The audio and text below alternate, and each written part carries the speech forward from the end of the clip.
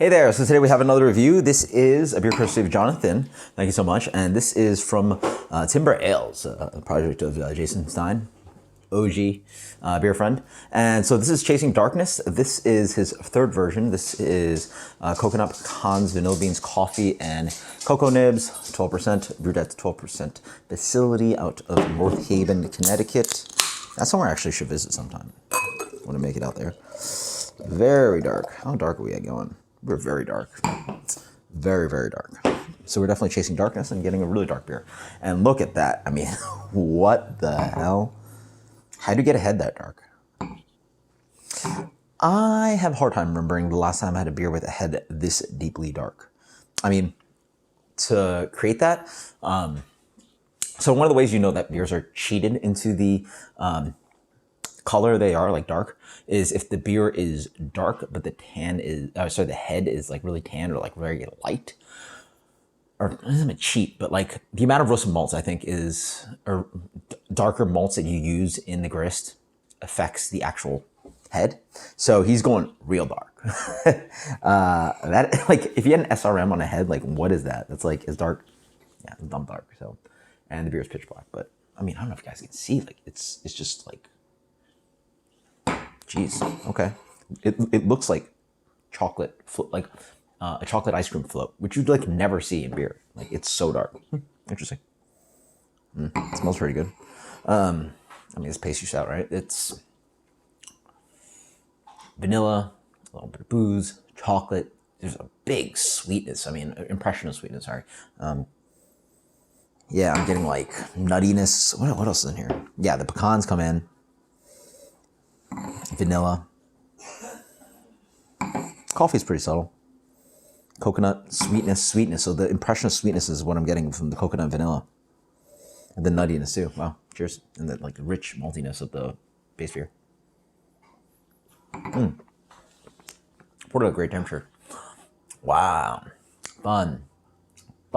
Okay. So if I had to guess, and surprisingly there's no lactose in here, right? You don't say there's lactose. If I had to guess, I would have guessed this is Angry Chair beer. Yeah, that's nuts. That's nuts. And actually, I'll be in Tampa in a month or two, so maybe we'll stop by Angry Chair. But so, why do we call Angry Chair? Decadent flavors with this ability of like decadent sweetness to end up somehow like drying, despite a little bit of lingering sticky sweetness on the back end.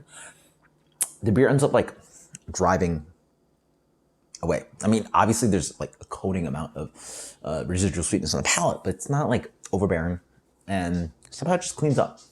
And wow, there's a lot of flavors I need to go through with this guy. Okay, let's go back. Up front, it is chocolate ice cream, chocolate cake. Then I get pecans. Then I get vanilla. Then I get vanilla ice cream. Then I get chocolate ice cream. And then there's a rocky road element that is so delicious here. Like that's like, I'm not a sweets guy, but like, man, one of the favorite ice creams I enjoy, Rocky Road. It's that like vanilla marshmallow thing coming in. It's the chocolate that's so decadent here. And the coffee doesn't really play that coffee forward. It's more like complexity of chocolate. So it's like a dark chocolate flavor. So like dark chocolate, Rocky Road, like what gets better than that? The nuts you taste in there as well.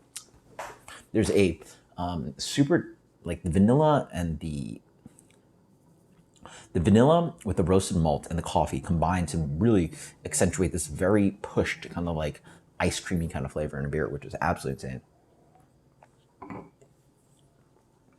And the coconut helps out too, because the coconut is a really nice kind of like complementary flavor to the vanilla that I don't think this beer sings like, hey, this is like coconut stout, or like, you know, Prop, Goose Island Prop does that.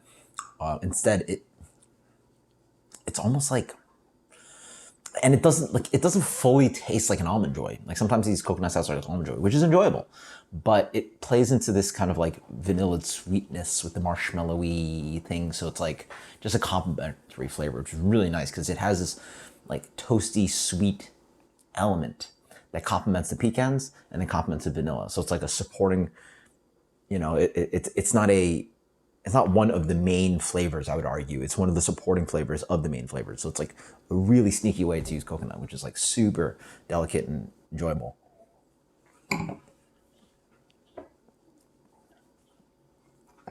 Somehow this beer has created this like really like, the best way to describe the flavor up front is like dark chocolate ice cream melted. Like it just has that mouthfeel, the silky glossiness, almost like there's fat in this beer. It's almost fatty. It's almost like a sheen sort of just sits on your mouth. Like it has a texture of like unctuousness, which is like rare in beer, right? Like there's no like, it's not a fatty beer. I guess the coconut probably also does that too, but I don't see like maybe like, it's not like the head quickly resided. There's a whole oil slick of like coconut in here. So maybe, I mean, somehow he's integrated the coconut without it completely destroying the head, without that kind of like oily film that I feel that you sometimes get. Like sometimes like people enjoy that where it's like this coconut, like the fat of coconut is sitting in your beer and chunks of it are sitting in your beer. Please enjoy. Not noticeable. As I drink it more, the coffee ends up shining more and more. So it has this really nice kind of like balancing counterpoint to those like sweet notes of the coconut and the vanilla and the sweetness of the beer. It has this like sharpness that like, you know, it almost reminds me of Bourbon County where like there's enough roasts to sort of counteract things. Here, the counterpoint is the coffee that sort of like helps like acidify and balance everything out, play with the decadence. Oh, I mean, now you're thinking like, could you imagine dark chocolate Rocky Road with like coffee crumbles, like however you can make those. Actually, one trick, Wiley Dufresne of WD50 restaurant, was like instant coffee. Yeah, there you go, instant coffee. Those crumbles, like you could throw those in the dessert. They're actually deliciously edible. It's a great way to throw coffee into a dessert without like creating some kind of like thing. And it's a solid and it's coffee and tastes like coffee. So I've tried that before. It's actually really fun. So try instant coffee. So it's like, can you imagine like dark chocolate Rocky Road with coffee nibs or whatever, I don't know, what do you want to call it? Like coffee bites and toasted coconut on top. Like that's what this beer tastes like. And you think it'd be overbarreling sweet because like that's some of the hop butcher beers I've had. They're just like so intense. It's just like, that's a 4-ounce beer. I'm gonna have to share this with Katie, but if it weren't for that, I would slam this guy straight up. Like I saw this guy's like 12%, 16 ounce. How am I gonna enjoy this? It's gonna have all its flavors. No problem, no problem. Like same way I can drink Bourbon County all day. This, I can finish this can. It's just so delicious. It's decadent, it's tasty. This has got to be one of the best pastry stouts I've had in a while. Granted, I don't drink that much Angry Chair, which is a shame because I live like an hour and a half, 2 hours away. The combination of flavors. Oh geez, I'm gonna be hard pressed to find I don't think I'll find a pastry stout this year to be better than this. All right, that's the score. 100 out of 100. 100 out of 100. Shout out to Jason. That is stupid good. That is stupid good. I don't remember last time I had a pastry stout this good. Even non-barrel aged. Barrel aged stuff I get a lot of credence to, but non-barrel aged, I don't know. Like I don't know. Last beer I can remember is actually Parish collab with The Great Notion. That was insane. With maple syrup, yeah. Cheater flavors all day. But cheater flavors here. Love the integration of flavors. Crazy, crazy good. Yeah, sure, I'm not giving 100. I mean, I like pastry stout sometimes, and